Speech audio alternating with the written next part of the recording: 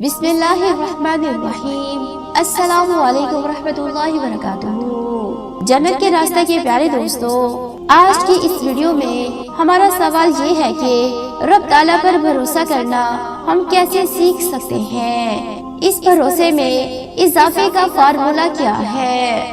رب تعالیٰ کے ساتھ ہمارے رویے میں کیا فرق ہے؟ ہم میں سے کوئی آدمی یہ بتائے کہ جب سے ہوش سنبھالا ہے تب سے لے کر موجودہ عمر تک کبھی کسی ایک لمحے میں بھی یہ خیال آیا کہ ہم گھر جائیں گے تو ہماری والدہ ہمیں کھانا نہیں دیں گی، یا کبھی ایسا ہوا کہ انہوں نے ہمارے بستر کا خیال نہیں رکھا، ہمارے لیے لباس کا انتظام نہیں کیا، یا مشکل وقت میں ہماری مدد نہیں کی؟ مجھے کوئی ایسا آدمی یاد نہیں جو محلے میں کسی سے کہنے گیا ہو کہ میری والدہ سے کہہ دے کہ وہ مجھے کھانا دے دے، میرے لیے کپڑے اور بستر ارینج کر دے۔ ہمیں کبھی ایک پل کے لیے بھی بھولے سے یہ خیال نہیں آیا کہ ہماری والدہ ہمیں لک آفٹر نہیں کرے گی۔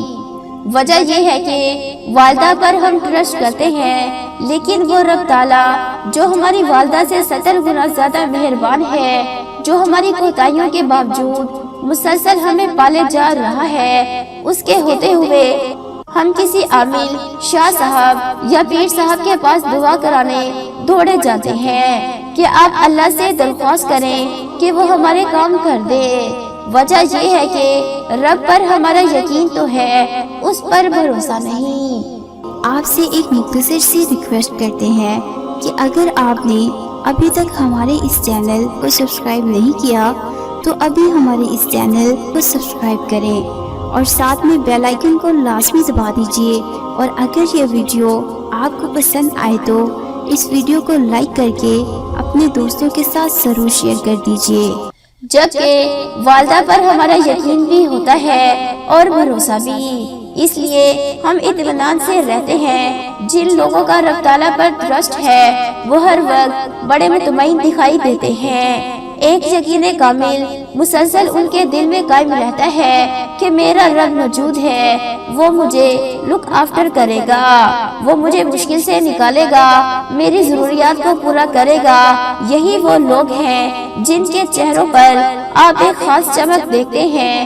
یہ نور اس یقین، اطمینان اور بھروسے کا ہے جو انہیں اپنے رب پر ہے۔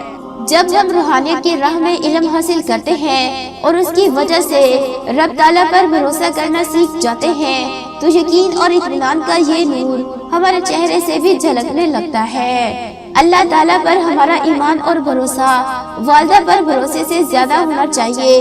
والدہ کی اپنی ضروریات اور حدود و قیود ہیں، جبکہ رب تعالیٰ کی اپنی نہ ضروریات ہے، نہ وہ کسی کا محتاج ہے، اور نہ اس کی کوئی حدود و قیود ہے۔ وہ ان تمام چیزوں اور بندشوں سے بالا ہے۔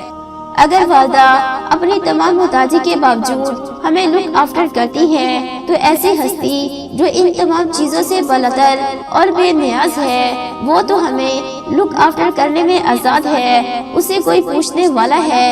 اس ایک حقیقت کا ادراک اور علم ہی ہمارے اندر ایمان اور بھروسہ پیدا کر دے گا۔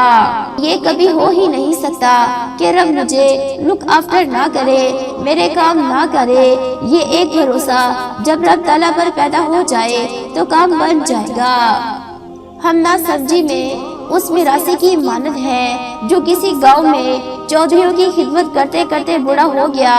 ایک روز چودھری نے اسے بلایا اور اپنے بیٹے کی شادی کے دعوت نامے قریبی گاؤں کے چودھریوں کو دینے کی تاکید کی۔ دعوت نامے دینے کے بعد شام کو وہ میراثی تھکا ہارا پیدل ٹانگے گھسیٹتا ہوا واپس گاؤں آ رہا تھا اور مارے تھکن کے دعا کر رہا تھا، یا اللہ میں بوڑھا ہو گیا ہوں، تو بے نیاز ہے، تیرے خزانے بھرے پڑے ہیں، اگر تو مجھے ایک سواری عطا کر دے تو تجھے کون سا کسی نے پوچھنا ہے۔ دفتر اسے اپنی پشت پر گھوڑوں کی ٹاپوں کی آواز سنائی دی۔ پلٹ کر دیکھا تو گاؤں کا نمبردار گھوڑے پر سوار تھا، گھوڑے کے ساتھ ایک چھوٹا سا اس کا بچہ بھی تھا، جس کی طرف اشارہ کر کے نمبردار بولا کہ طویل سفر طے کرنے کی وجہ سے یہ بیچارہ تھک گیا ہے، اب اس سے چلا نہیں جا رہا، تم ایسا کرو کہ اسے اپنے کندھوں پر سوار کر کے گاؤں پہنچا دو۔ میراثی مسکین بیچارہ نمبردار کا حکم نہ ٹال سکا۔ تھکن سے دگرگوں حالت کے باوجود گھوڑے کے بچے کو کندھوں پر ڈالا، گاؤں کی راہ لی اور چہرہ آسمان کی طرف اٹھا کر بہت بے چارگی سے کہنے لگا، اوئے ربا میں بیٹھن دی سواری منگی سی، اوپر دی نہیں سمجھ آئی سی تے میرے کو پوچھ لینا سی۔ قصہ یہ ہے کہ ہم اسی چکر میں رہ جاتے ہیں کہ پتہ نہیں رب کو فرصت ملے نہ ملے، دیکھے نہ دیکھے، پھر سمجھ آئے نہ آئے، پھر اپنی نہ سمجھی میں ہم پیروں اور شاہ صاحب کے پاس دعائی کرانے دوڑتے ہیں۔ جس روز ہمارا رب تعالیٰ پر بھروسہ قائم ہو گیا اور یقین پختہ ہو گیا کہ میرا رب بہت مہربان ہے، اس روز یہ سب قصے ختم ہو جائیں گے۔ یہ انسان کی کمزوری ہے کہ وہ دیکھے پر زیادہ اور اندیکھے پر کم یقین کرتا ہے۔ ماں کے لمس کا تجربہ ہمیں اس دنیا میں پہلا سانس لینے کے ساتھ ہی ہو جاتا ہے۔ جب ہم بڑے ہوتے ہیں تو ارد گرد کی آبزرویشن بھی ہمیں سکھاتی ہے کہ دوسرے بچوں کی مائیں بھی ہماری ہی ماں کی طرح انہیں لک آفٹر کرتی ہیں۔ اس سے ہمیں ماں کی محبت اور شفقت پر یقین ہو جاتا ہے۔ جب لوگ میرے پاس آ کر کوئی ایسی بات کرتے ہیں تو میں انہیں بھروسہ قابل کرنے کے لیے ایک پریکٹس بتاتا ہوں کہ آپ رات کو جب بستر پر لیٹتے ہیں تو اپنے بچپن سے لے کر آج کی عمر تک کو بار بار ریویو کیا کریں کہ زندگی میں کتنے موقع آئے جب ہم بالکل مایوس تھے کہ یہ کام نہیں ہو پائے گا اور آؤٹ آف دی بلو وہ کام ہو گیا۔ کتنی بار ہم وسائل کی عدم دستیابی کی وجہ سے مایوس تھے، لیکن غیب سے ایسی جگہ سے وسائل میسر آ گئے کہ جہاں سے ہمیں توقع نہ تھی۔ جب ہم یہ باتیں ہفتے میں 1 2 3 بار ریویو کرنے لگیں گے تو رب تعالیٰ پر ہمارا بھروسہ بڑھنے لگے گا، اور جب ہم سوچیں گے کہ ان کڑے حالات میں رب تعالیٰ ہمارے کام آتا رہا تو آئندہ بھی آئے گا۔ یہ بھروسہ پیدا ہو جانے کے بعد ہمیں یہ اندیشہ نہیں رہے گا کہ نہ جانے وہ ہمارا کام کرے گا بھی یا نہیں کرے گا۔